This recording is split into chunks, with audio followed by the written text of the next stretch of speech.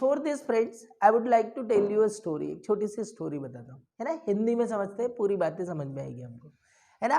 आज हमने बोला कि इंग्लिश से कोई कनेक्शन नहीं है, इंग्लिश थोड़ी कम भी डेवलप हो तो अपन अगली क्लास में देख लेंगे उसको। आज पर्सनालिटी डेवलप होनी चाहिए, that is the main motive.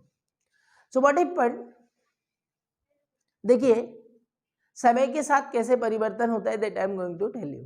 एक मूर्तिकार होता है, okay, there is a sculpture, okay, वो अच्छी अच्छी मूर्तियां बनाता है, ओके, और उसकी मूर्तियों को खरीदने के लिए मतलब आसपास के क्षेत्र में वो बड़ा फेमस रहता है कि भैया ये XYZ अच्छी मूर्तियां बनाता है, लोग उसके पास आते हैं, मतलब उसका काम ऑलमोस्ट चलता रहता है।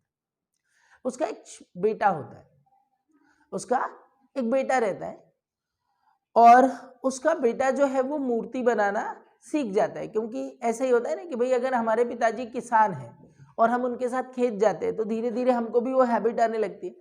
तो उस लड़के ने भी मूर्तियां बनाना सीख लिया, ठीक है। अब क्या हुआ कि वो थोड़ा सा बड़ा हुआ, ठीक है, तो अब वो थोड़ी और अच्छी मूर्तियां बनाने लगा, उसमें और परफेक्शन आने लगा। अब क्या हुआ कि कुछ समय बाद ऐसा हुआ कि वो अपने पिताजी से भी अच्छी मूर्तियां बनाने लगा, ओके, अपने पिताजी से अच्छी मूर्तियां बनाने लगा। अब देखो समय ने क्या करवट बदली कि उसका काम इतना बढ़िया चलने लगा कि लोग दूर शहर शहर से, बड़े दूर दूर से उसकी मूर्तियों को खरीदने आते, ओके, और उसकी मूर्तियों को खरीद के ले जाते और उसको अच्छे भी दाम मिलते, ओके। पिताजी को अभी इस चीज से कोई फर्क नहीं पड़ रहा, पिताजी को बहुत प्राउड फील हो रहा है कि वाह यार मेरा लड़का तो अच्छा मूर्तिकार। पर क्या होता कि जब भी वो लड़का कोई मूर्ति बनाता, ओके, उसकी मूर्ति के उसको अच्छे भी दाम मिलते, पर जब वो अपने पापा के पास उसको लेके जाता तो उसके पिताजी उसमें कोई ना कोई कमी निकाल देते, ठीक है। अब वो जो लड़का है वो किससे पॉपुलर हो गया, अपने पापा से पॉपुलर हो गया, ओके, परंतु जब भी वो उसके पिताजी के पास लेकर जाता कोई भी मूर्ति तो उसमें कोई ना कोई वो कमी निकाल देते। अब लड़का चूंकि बड़ा हो रहा था तो उसको चीजें समझ में आने लगी, धीरे धीरे जैसे जैसे फेम बढ़ता जाता है वैसे वैसे एक फैक्टर जागृत होता है हमारे शरीर के अंदर जिसको हम बोलते हैं ईगो, तो उसको भी ईगो आने लगा। फाइनली अब वो सोचने लगा कि यार पिताजी से अच्छी मूर्तियां तो मैं बनाता हूँ, मेरे पास तो कस्टमर दूर दूर से आते हैं, इनके पास तो यही गांव के ही कस्टमर होते हैं जिनके हर साल बनाते हैं मूर्ति, उन्हीं की बना देते हैं, ओके। तो वो सोचने लगा कि यार ये पिताजी तो मेरे साथ ठीक नहीं कर रहे, ये मुझे डीमोरलाइज कर रहे, ये चाहते नहीं है, मतलब उसके माइंड में अब नेगेटिव चीजें आने लगी कि वो ये सोचने लगा कि पिताजी चाहते नहीं है कि मैं और आगे बढ़ूं, इसलिए मुझे वो डीमोरलाइज करते, ओके। तो फाइनली उसने एक दिन पिताजी से बोल दिया कि पापा पहले आप अपनी देख लीजिए, ओके, आपसे मैं कई गुना ज्यादा अच्छी मूर्ति बनाता हूं और मेरे पास दूर दूर से कस्टमर आते हैं उस मूर्ति को खरीदने के, ठीक है। तो बोले आप ना ये फालतू के सजेशन देना बंद कर दीजिए, पर पिता तो पिता ही होता है, ओके, कई बार सजेशन देता। अब उस लड़के ने बंद कर दिया पिताजी के पास जाना मूर्तियां दिखाने, ओके, काम उसका बराबर चल रहा था, ठीक है। पर अब क्या करते, पिताजी जाके उसको सजेस्ट करते, वो नहीं आता पिताजी के पास, पिताजी उसके पास आके सजेस्ट करते। अब फाइनली उसने बोल दिया एक दिन कि पिताजी नो सजेशन, और अगर आपको सजेशन देना है तो मैं आपके साथ नहीं रहूंगा, और वो फाइनली अलग रहने लग जाता है, अलग रहने लग गया, ठीक है। अब क्या हुआ, समय बीतता गया, शुरू में तो उसको कुछ एहसास नहीं हुआ, पर धीरे धीरे धीरे धीरे धीरे क्या हुआ कि उसका जिस रफ्तार से मार्केट बढ़ा था उसी रफ्तार से उसका मार्केट कम हुआ, ओके। अब मार्केट उसका कम होने लगा, ओके।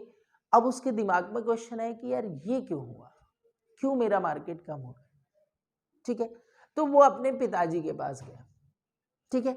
उसने पूछा कि भाई पिताजी ऐसा क्या हो गया मेरे बिजनेस को कि मैं तो बोले पहले से और अच्छी मूर्ति बनाने लगा हूं पर फिर भी मेरा बिजनेस कम हो रहा है, ओके। तो उसके पिताजी ने उसको फाइनली सजेस्ट किया कि बेटा जब तुम मेरे पास होते थे, जब तुम मेरे पास होते थे तो मैं तुम्हारी हर मूर्ति में कुछ कमी निकालता था, और उस कमी को निकालने का कभी भी कोई उद्देश्य नहीं रहा ये कि मैं तुमको डीमोरलाइज करूं। मैं चाहता था कि आज तक आप जितने अच्छे मूर्तिकार हो इससे अच्छे मूर्तिकार बनो, और वो अच्छे कब बन पाओगे आप? जब आपकी कमियां कोई बताएगा। तो बोले बस मैं इसी ध्येय से आपको बताता रहा कि आपके अंदर ये कमी है, आप ये ठीक नहीं कर रहे, आप इसको और इम्प्रूव कर लोगे तो आपके प्रोडक्ट की डिमांड और बढ़ जाएगी। तो again I am saying friends, इस स्टोरी से क्या सीखने को हमको मिलता है? इस स्टोरी से ये सीखने को मिलता है कि कोई यदि हमारे लिए एफर्ट करता है, कोई हमारी कमियों को बताता है, तो वो हमेशा ही हमारा दुश्मन नहीं होता है। वो सिर्फ इसलिए नहीं बना कि वो आपकी कमियां बताए, ओके, ये उसकी वेल बीइंग है कि वो हमारी कमियों के लिए समय निकाल रहा है और वो बता रहा है।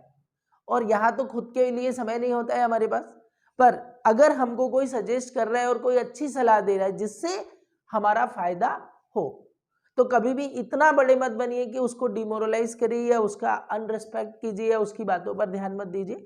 आप कितने भी मास्टर हो जाओ, आप लाइफ में कितने भी आगे बढ़ जाओ, परंतु एक सजेशन ऐसा होगा जो आपकी ऊंचाइयों को दोगुनी कर सकता है। तो हमेशा कभी अपनी क्वालिटी में, अपने गुणों को, अपनी किसी भी चीज के लिए अगर कोई हमको सजेशन देता है तो you need to listen them because that is the goodness. आज हम बताए कि एक कंसल्टिंग फर्म होती है, ओके, मैकिंजे का नाम सुना होगा आपने।